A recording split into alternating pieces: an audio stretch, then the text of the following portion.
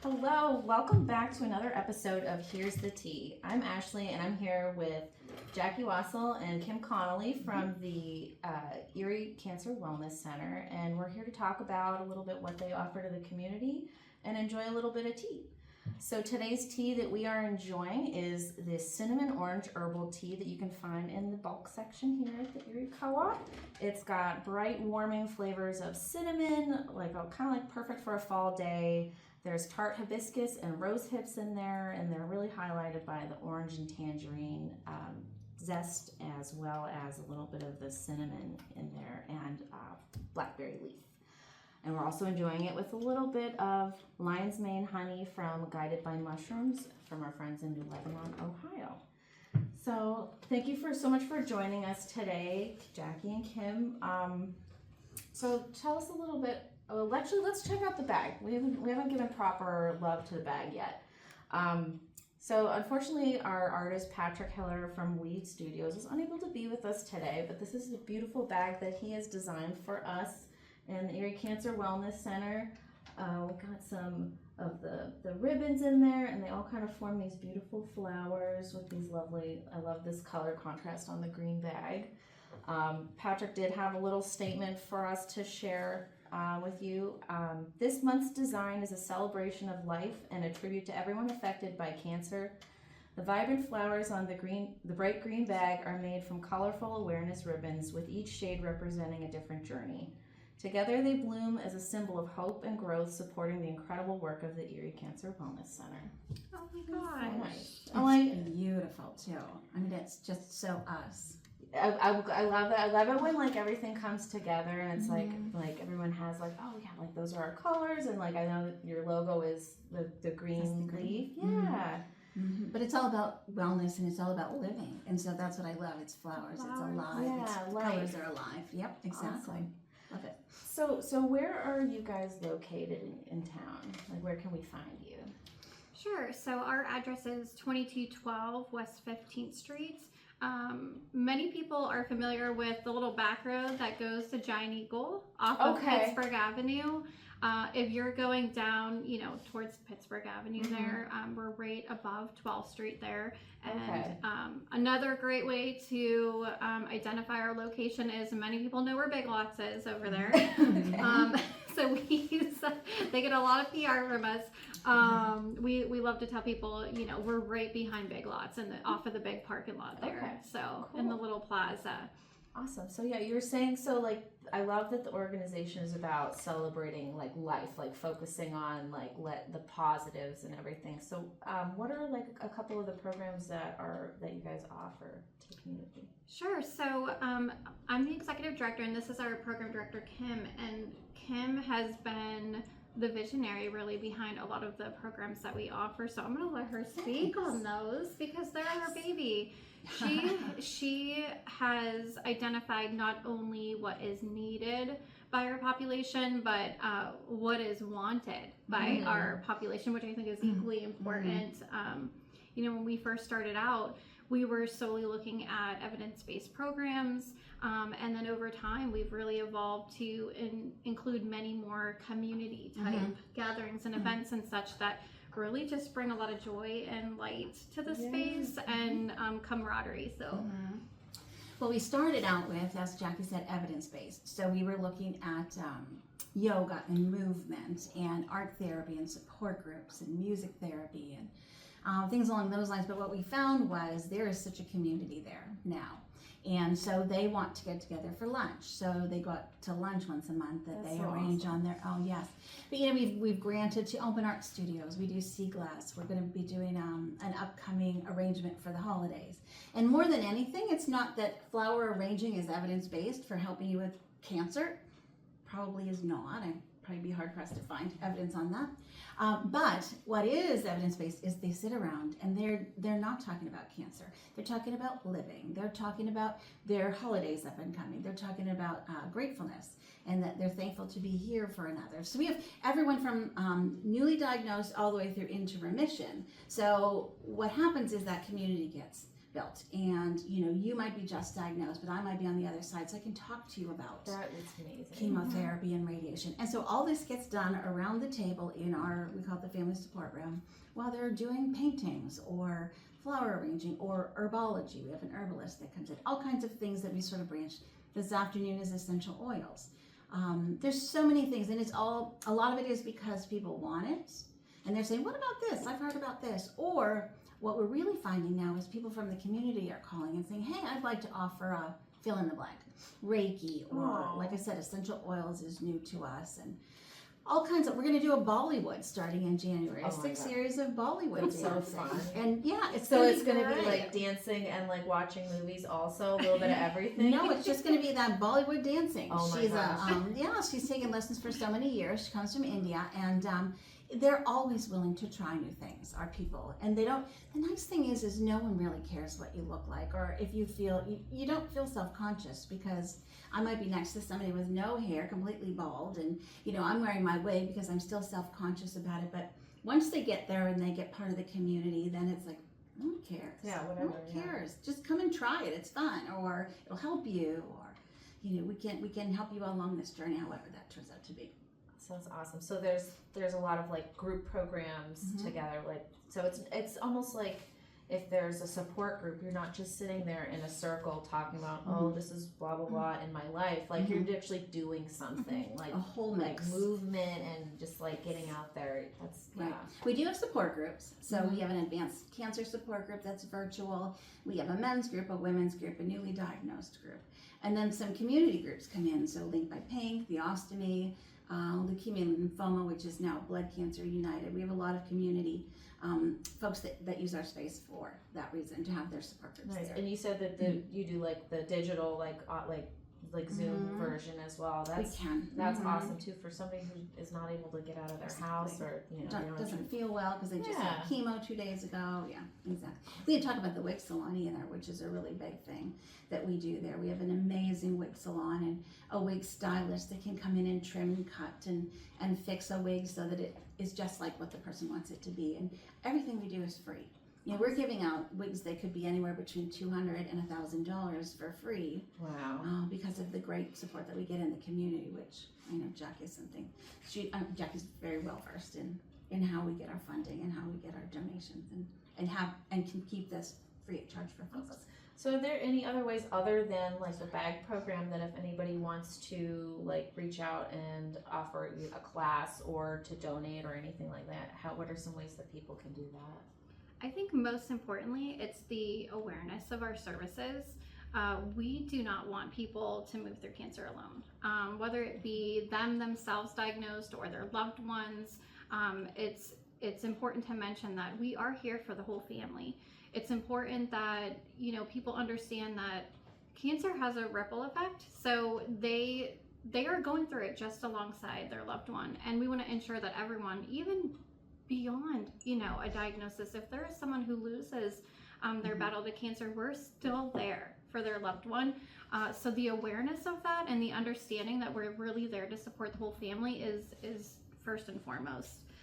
In addition to that, we always want to welcome people into our space, however that looks. If you have the financial means to support the mission, we would be very grateful for that kind of support. If you are looking to give back in a way because you have a skill set that could be utilized in our space, please come on in and share that with our people. If you have a neighbor, a friend that you could bring in and walk alongside, we want you to do that. But really there's lots of different ways. We have volunteer, we're a small mighty team of 3.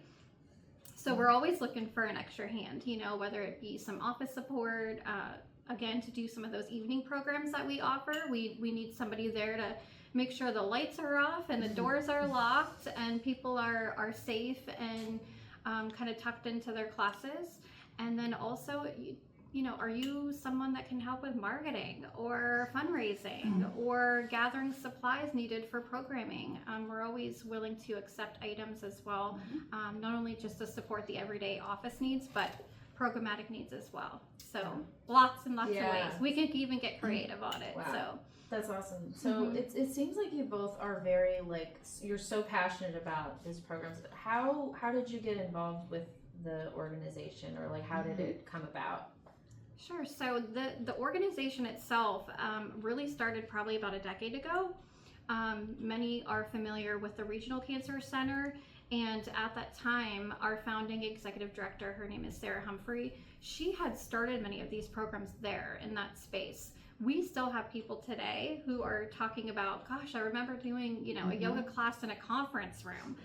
So they didn't have the setup per se, but they had the intention to provide these types of services in the community. And when the Regional Cancer Center dissolved, so did these services.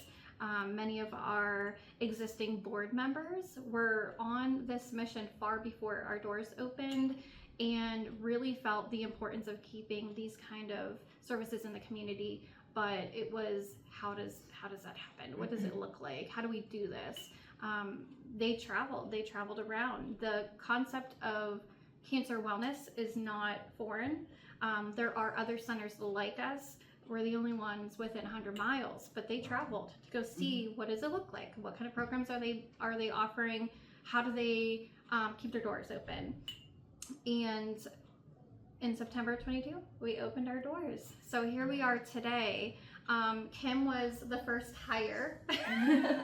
Yes. And I'll let her tell you about how she got involved, and then I can kind of tell you how I got involved. But well, who hasn't been affected by cancer in some way or another? So I lost my parents to cancer. My husband had, by the end, 4 different cancers. So it was always something that, I was in the back of my mind. I always thought, well, it's just an awful disease. What can I do? Can I volunteer somewhere? Well, then this place started to advertise for what they wanted to do. And I'm like, well, let me try.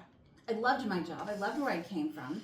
Wasn't looking to leave it at all. And honestly, I say it's a blessing. I was hired for the position. And so I was there from the beginning, and the days of, we have to get the word out. We have to let people know we're here. We got to, people are like, we got to keep this open. Where can we take our placards? Where can we get who can we talk to let them know? Because they loved it. The original folks that came at the very beginning loved it.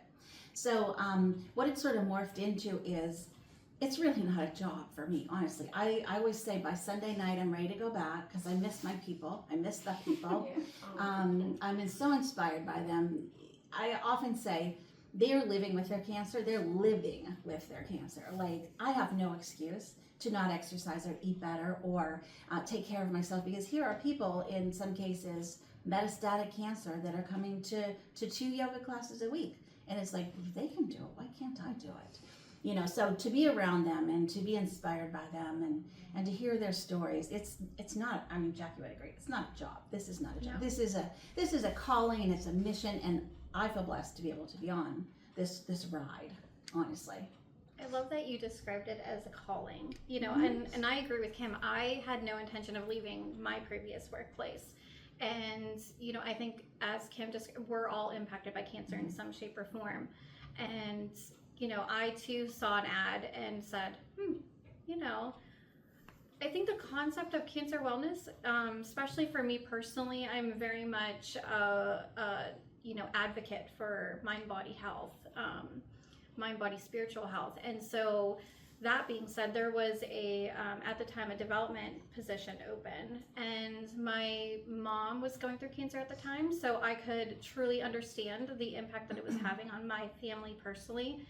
And I felt the call. I knew what I had to do, and it was a leap of faith. I had been in my previous role for 15 years, no expectation to leave, but something called us there, which I think is very evident to many of the providers and the people that are here, alongside us working in this mission.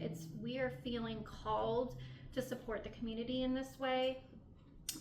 Flash forward, did not expect to be in an executive director role, but we all know that people need to retire. So our beautiful friend, mentor, visionary for the Erie Cancer Wellness Center, Sarah Humphrey,